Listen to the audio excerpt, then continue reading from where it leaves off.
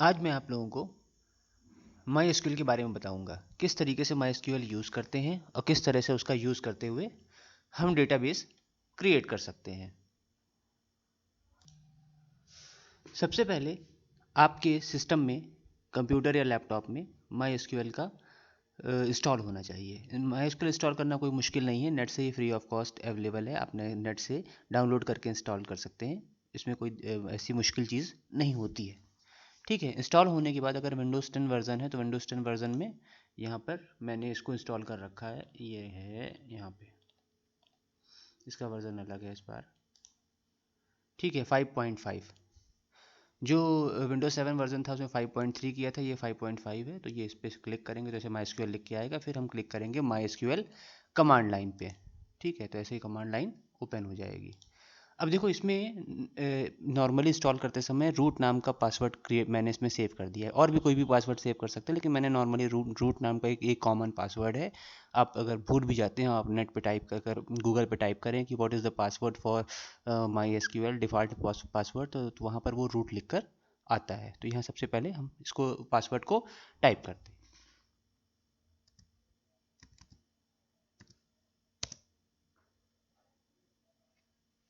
ठीक है, तो ये स्टार्ट हो गया है। सबसे पहले टेबल क्रिएट करने से पहले, कोई भी कमांड चलाने से पहले, सबसे पहले हम डेटाबेस क्रिएट करते हैं। ठीक है, इसमें स्टेप बाय स्टेप सारी चीज़ों को याद रखना होता है। जो ये नोट्स में तो मैं आप लोगों को दे ही दूंगा, उससे आप लोग देख सकते हैं। लेकिन इसमें जो भी चीज़ें आप लोगों को करनी है उसमें आपको ये स्टेप बाय स्टेप याद रखना होगा, क्योंकि स्टार्टिंग के स्टेप्स जो हैं वो लगभग सेम ही रहेंगे। ठीक है, बाद में जो धीरे धीरे यूज़ करते करते कमांड्स जो हैं वो धीरे धीरे याद हो जाती हैं। तो सबसे पहले हमको एक डेटाबेस क्रिएट करना है। तो डेटाबेस क्रिएट करने के लिए अलग कमांड है, फिर डेटाबेस को यूज़ करने के लिए अलग कमांड है, फिर टेबल क्रिएट करने के लिए अलग कमांड होती है।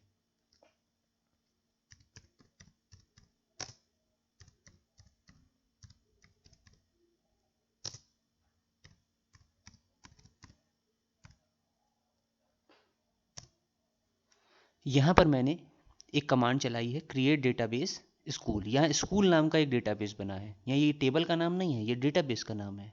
इस डेटाबेस में हम कितनी भी टेबल बना सकते हैं, लेकिन सबसे पहले हमको डेटाबेस क्रिएट करना होगा और उसके बाद उस डेटाबेस को के अंदर हमको जाना होगा। अंदर जाने के बाद इसमें हम टेबल क्रिएट कर सकते हैं। तो इसको इस डेटाबेस के अंदर इंटर करने के लिए जो कमांड होती है वो होती है use database. Use database name मतलब जो भी डेटाबेस का नाम हमने लिया, यहाँ पर हमारे डेटाबेस का नाम है स्कूल, तो बस हम यूज़ स्कूल करेंगे।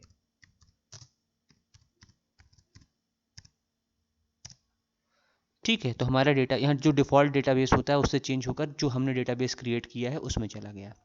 अब यहाँ पर हम लोग करेंगे क्रिएट टेबल। ठीक है, टेबल क्रिएट करना बहुत इजी है, कोई मुश्किल नहीं है। उसकी अपनी कमांड होती है और उसके बाद उसमें डेटा इंसर्ट करना होता है, तो हम उसको हिसाब से उसमें डेटा इंसर्ट कर देते हैं।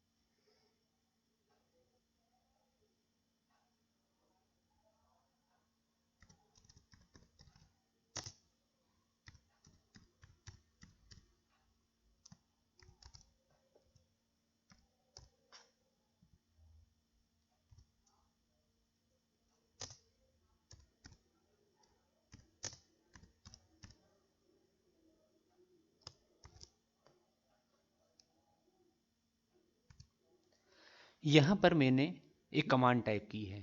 कमांड में जब हम जो भी कमांड टाइप करते हैं, क्रिएट कमांड, तो इसमें हमको जो फील्ड मतलब जो क्या कहते हैं, आपकी कॉलम्स की हेडिंग है। ठीक है, उनको हमको यहाँ टाइप करना पड़ता है। तो यहाँ पर हमने सिर्फ क्रिएट टेबल टेबल नेम, ठीक है, ये कमांड होती है। यहाँ पर क्रिएट टेबल स्टूडेंट, स्टूडेंट की जगह टेबल नेम का मतलब ये हम जो भी टेबल का नाम देना चाहें। कमांड तो यही है, क्रिएट टेबल टेबल नेम और सेमीकोलन, उसके बाद उसकी जो भी उसकी वैल्यूज़ होती हैं वो जो उसकी मतलब फील्ड्स होती हैं, जो भी कॉलम्स होते हैं उन कॉलम्स को हमको यहाँ पे डिफाइन करना होता है। तो यहाँ पर हमको जो कॉलम डिफाइन करने हैं, यहाँ पे हमारी टेबल का नाम है स्टूडेंट, तो क्रिएट टेबल स्टूडेंट, उसके बाद जो कॉलम है सबसे पहले है एस आई डी मतलब मान लो स्टूडेंट आई थी, तो इसको हमने इंटीजर में रखा है। इंटीजर और वैर क्या होते हैं ये मैं आगे आप लोगों को बता दूंगा किसी और वीडियो में, ठीक है, कि इंटीजर क्या होता है, वैर क्या होता है। वैसे तो कुछ कुछ चीज़ें आप लोग जानते हैं, इंटीजर तो आप लोग जानते हैं, वैर नहीं जानते हैं, लेकिन वो आगे बता देंगे किसी वीडियो में। अभी ये समझ लीजिए कि अगर हमको इंटीजर वैल्यूज़ की ज़रूरत है, अगर हम कॉलम में इंटीजर वैल्यूज़ रखना चाहते हैं तो उसके लिए हमको इंट डेटा टाइप लेना होगा। और अगर हम अल्फ़ाबेट और इंटीजर और ये सारी चीज़ें रखना चाहते हैं जिसमें अल्फ़ाबेट भी हो और नंबर भी हो, इस तरह का कोई नाम हो गया, एड्रेस हो गया, ये सारी चीज़ें हैं, तो उसके लिए हमको वैर कैर यूज़ करते हैं। और भी डेटा टाइप होते हैं, और भी बहुत सारे डेटा टाइप होते हैं, लेकिन यहाँ को ये जो दोनों डेटा टाइप हैं ये बड़े कॉमन टाइप के हैं, इनका यूज़ ज़्यादा किया जाता है, ठीक है। तो वैरकर और इंट के बारे में आगे बताएंगे। अभी ये जान लीजिए, जैसे हमको क्या नाम है, आईडी है, तो इसको हमने इंट में किया है। फिर एफ नेम मतलब जो स्टूडेंट नेम है उसको हमने वैरकर में किया है। नॉर्मली जो नाम हो गया, एड्रेस हो गया, ये सब वैरकर में ही जाता है, ठीक है। फिर एफ नेम का मतलब यहाँ फादर नेम से, फादर नेम भी वैरकर में रहेगा।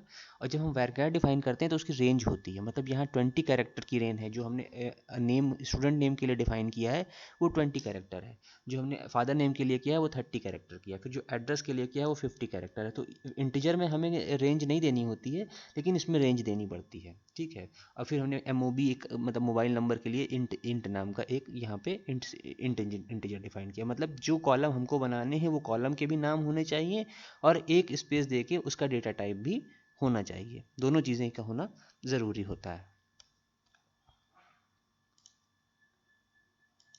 टाइम भी बीच बीच में देखना पड़ता है क्योंकि ये अपने आप से ये बंद हो जाता है, ठीक है।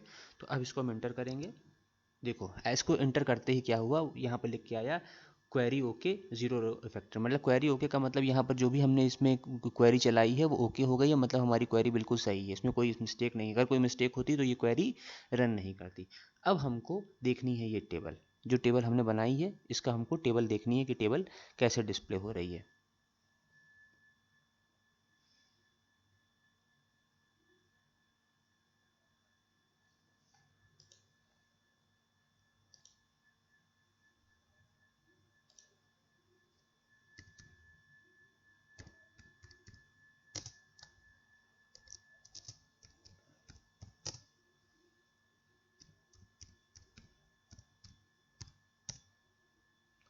देखो जब हमको पूरी टेबल को डिस्प्ले कराना होता है तो उसके लिए जो कमांड होती है सेलेक्ट स्टार फ्रॉम टेबल, जो भी टेबल का नाम है, टेबल नेम, ठीक है। स्टार का मतलब होता है कि जब हमको सारे कॉलम डिस्प्ले कराने हैं तो हम स्टार का यूज़ करते हैं, और जब हमको कोई स्पेसिफिक कॉलम डिस्प्ले कराना होता है तो सिर्फ उस कॉलम का नाम लिखते हैं।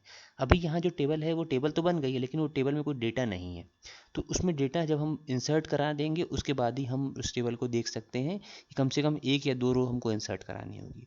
उसके लिए हमको इंसर्ट कमांड का यूज़ करना होगा, ठीक है। वो कैसे करते हैं वो मैं आप लोगों को दिखाता हूँ।